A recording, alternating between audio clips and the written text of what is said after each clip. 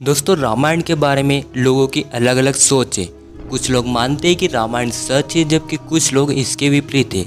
लेकिन नासा ने रामायण के समय बनाए गए राम सेतु को समुद्र में खोज निकाला है। आइए दोस्तों, जानते हैं कि क्या रामायण सच है या झूठ। राम सेतु के जरिए रामायण की सच्चाई जानते हैं। ऐसी ही रोचक वीडियो देखने के लिए हमारा चैनल सब्सक्राइब कर ऑल नोटिफिकेशन चालू कर ले। इस वीडियो को लाइक कर दें। राम सेतु जिसे अंग्रेजी में एडम्स ब्रिज कहा जाता है, रावण की लंका तक पहुंचने के लिए विशालकाय समुद्र को पार करके ही जाया जा सकता था। रावण को विश्वास था कि इस विराट समुद्र को पार करके उसे कोई भी चुनौती नहीं दे सकता।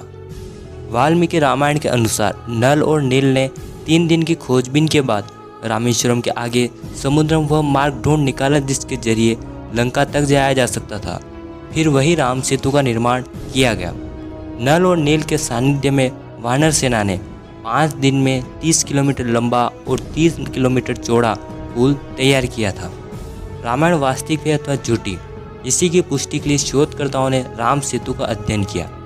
राम सेतु पुल आज के समय में भारत के दक्षिण पूर्वी तट के किनारे रामेश्वरम द्वीप तथा श्रीलंका के उत्तर पश्चिम तट मन्नार द्वीप के मध्य चूना पत्थर से बनी एक श्रृंखला है। शोधकर्ताओं ने वाल्मीकि रामायण के आधार पर रिसर्च करी। वाल्मीकि रामायण में दर्ज तारों की स्थिति का पता लगाकर प्लेनेटोरियम सॉफ्टवेयर से उस काल का समय निकाला। यह अवधि करीब 7000 साल पुरानी पाई गई। इससे वैज्ञानिकों ने रामायण का समय ज्ञात कर लिया।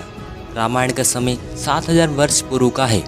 अब राम सेतु जो कि रामायण के समय का ही है, क्या वही भी उस समय के साथ मेल खाता है? यह राज जानने के लिए वैज्ञानिकों ने इस समय अंतराल के दौरान समुद्र के जल स्तर में आए बदलाव की गणना शुरू की। पता चला कि तब से लेकर अब तक यानी 7000 सालों में समुद्र का जल स्तर 3 मीटर बढ़ गया है और अभी राम सेतु के पत्थर पानी में इतने नीचे तक ही पाए गए हैं। यानी तब राम सेतु के पत्थर सतह पर रहे होंगे और वह पुल की शक्ल में नजर आते होंगे।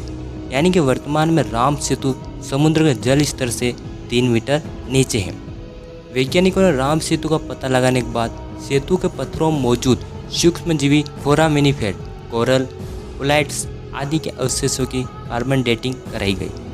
जब इनकी अवधि का पता चला तो रामायण को काल्पनिक नहीं माना जा सकता, क्योंकि जांच में इनकी समय अवधि भी 7000 वर्ष पुरानी ही निकले।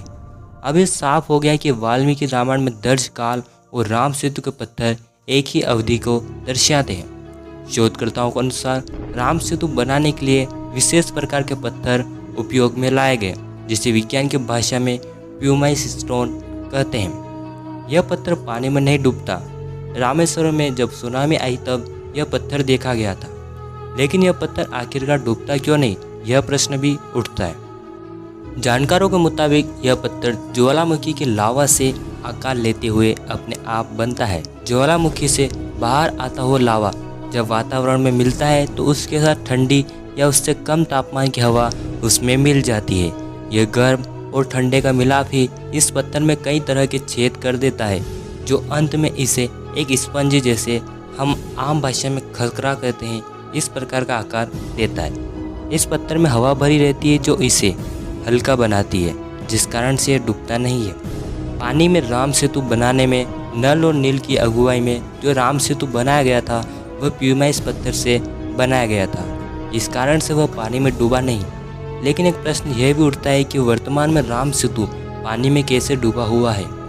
जो पत्थर डूबते नहीं थे उन्हीं पत्थरों से निर्मित राम सेतु जलमग्न कैसे हुआ।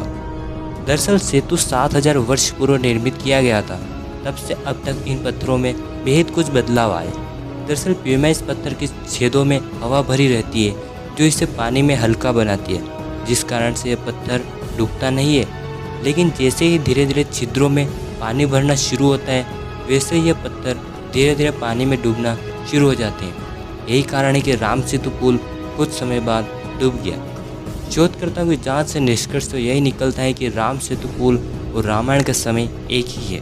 दोस्तों, अब यह बात तो सिद्ध हो गई कि रामायण और राम सेतु का समय एक ही है। रामायण सच है या झूठ, जानने के लिए देखिए पार्ट 2।